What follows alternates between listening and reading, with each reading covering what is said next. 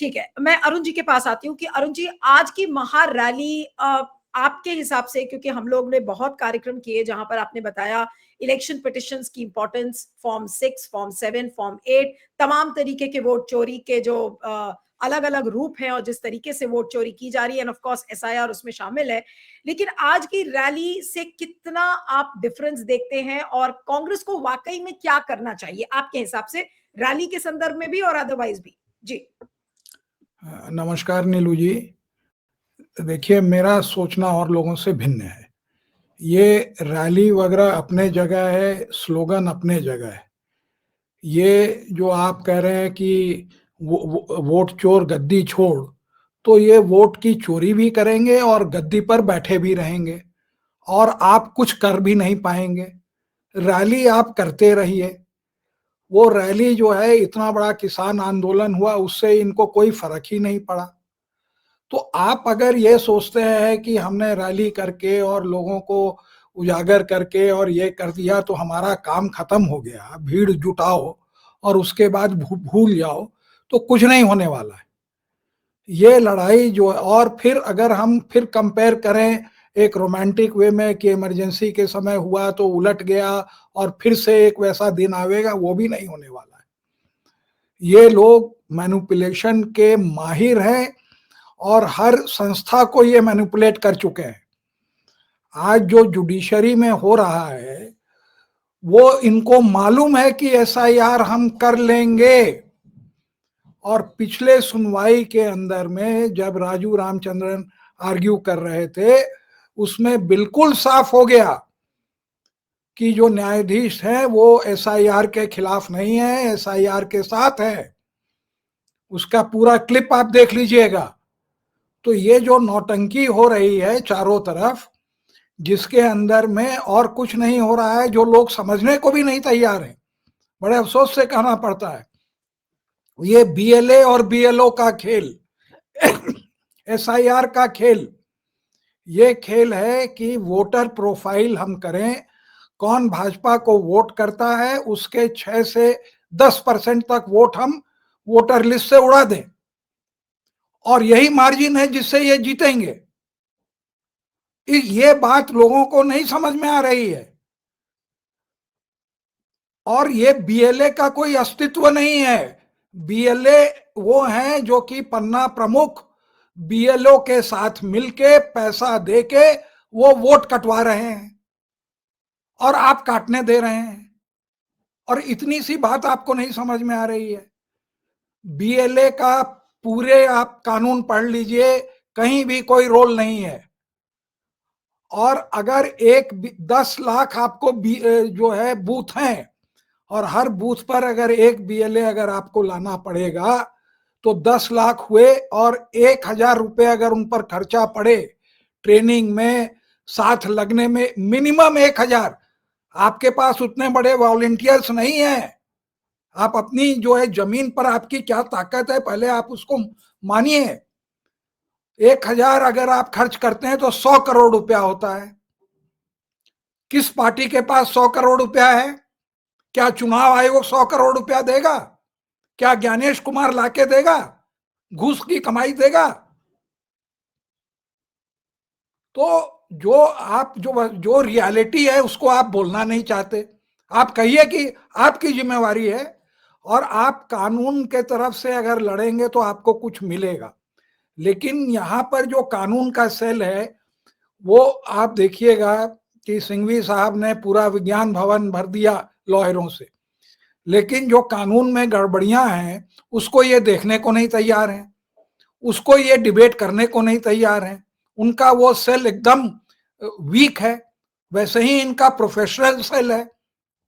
कांग्रेस में तो होड़ लगी है कि कौन आगे रहे। लोगों को जुटाने में ये नहीं लगते हैं जो जुटे हैं। वो खासियत भाजपा की है कि कोई भी हो उसको पकड़ के कहेंगे अच्छा भाई हमारी मदद करो। यहाँ तो है कि हम अपनी जो जगह है जो बना ली हायरार्की में, हम कैसे, क्योंकि किसी का कोई वो तो है नहीं पर्सनल बेस, तो पार्टी और लीडर के बेस पर चलते हैं। तो आज जो ये एनर्जी वेस्ट कर रहे हैं, अगर यही हर एक कॉन्स्टिट्यूएंसी में जहां वो हारे हैं बिहार के अंदर में, अगर बैठ के देखिए, मैं आपको एक बात बताता हूं कि भाजपा कहां इन लोगों को पछाड़ दे रही है, कहां से किस तरह से उसने एक एसआईआर को निकाला कानूनन, और वो कानूनन एकदम अवैध है। और उसकी टाइमिंग देखिए, जैसे ही चीफ जस्टिस बदल रहे थे वहां पर उसने लगा दिया। मालूम था कि ये फेवरेबल बेंच है। ये ब्राह्मण लोग मिलके बैकवर्ड, द्विवेदी है लॉयर ब्राह्मण, और जो बेंच है वो भी मिलके ये जो है पिछड़े जाति का वोट और डिप्राइव लोगों का वोट काट रहे हैं। उसमें उनको कोई कष्ट नहीं हो रहा है। बीएलए सुइसाइड कर लिए, मर लिए, लेकिन उस पर जूं तक नहीं हिली इनके ऊपर, क्योंकि एंड जस्टिफाइज द मीन्स। तो फिर सवाल उठता है कि क्या करना है। आज आप देखिए अलंद में, जो आप लोगों ने वहां नहीं देखा, आज के पेपर में है एफआईआर वहां पर जो की थी उनके ऊपर चार्जशीट जो है कितने हजार पन्नों की बनी है। गुट्टेदार जो वहां का आदमी कैंडिडेट था, वो उसका बेटा और 4-5 को कॉन्स्पिरेटर, उन लोगों ने कैसे जो ऐप था वोटर जोड़ने का, उसको मैनिपुलेट किया, ओटीपी लिया। बंगाल का एक आदमी ने जो है ओटीपी डॉट बाजार से जो है लेके पूरी रिगिंग करी। अब इसको आप एक खाली वहां पर चूंकि ऑलरेडी कंप्लेंट थी और यहाँ का इलेक्टरल ऑफिसर नहीं इन्वेस्टिगेट कर रहा था और आपकी सरकार थी, तो आपने अपने हाथ में लेके वो जो उसके जो चीफ थे ब्रजेश सिंह, जो आईपीएस ऑफिसर हाईली कॉम्पिटेंट, उन्होंने जो है 2 महीने में सब कर करा के इन्होंने दिखा दिया। लेकिन महादेवापुरा में इन्हीं की सरकार है, ये कुछ नहीं किए। एक प्राइवेट पार्टी जाके जो है कंप्लेंट किया, जहां की 1 लाख वोट एडिशन हुआ। तो यहां इनको कौन समझाएगा कि कौन वो जरूरी है कि भाई आप पकड़ो तो कैसे वोटर एडिशन हुआ। 1 लाख हुआ, आप जरूर पकड़ पाओगे, लेकिन कोई नहीं करेगा। एक प्राइवेट पार्टी जो कि उसको कष्ट है उसने किया।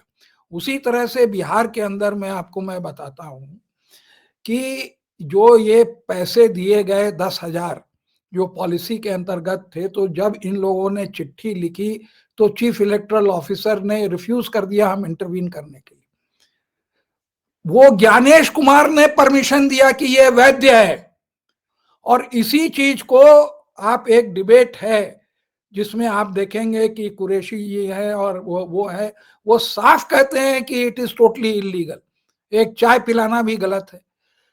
एक कोई भी वोटर, ये शायद कांग्रेस को नहीं मालूम है या नहीं जानना चाहते हैं या नहीं करना चाहते हैं, और राहुल गांधी को लोग गाइड नहीं कर रहे हैं। कोई वोटर भी चुनाव को चैलेंज कर सकता है। उसके केवल 45 दिन है, जो 15 दिन में खत्म हो जाएंगे। 14 तारीख को चुनाव का वो रिजल्ट आया था नवंबर में, लेकिन उसके लिए किसी के पास टाइम नहीं है। ये मुद्दा कि ये 10,000 रुपए ये घूस है कि नहीं है, ये ज्ञानेश कुमार डिटरमिन करेगा, या अगर कुरैशी साहब होते तो कुछ और डिटरमिन होता। तो इसको न्यायालय को डिटरमिन तो करने दीजिए ना। हर एक कॉन्स्टिट्यूएंसी में कोई भी वोटर इस चीज को लेके चैलेंज कर सकता है। और ये भी फैक्ट है कि एसआईआर में वोट काटे गए, तो पहले तो पिटीशन डालिए, फिर आप पिटीशन को अमेंड कर सकते हैं। रिसर्च करिए, ये तो 4 साल चलेगा कि कहां वोट काटे गए, जोड़े गए। लेकिन आप लीगल फ्रंट पर एकदम निश्चिंत बैठे हैं। भाजपा वाले कुछ भी हो, सोनिया गांधी, राहुल गांधी के खिलाफ केस पर केस किए जाते हैं, और कांग्रेस जो है लेजिटिमेट केस भी नहीं कर पाती है।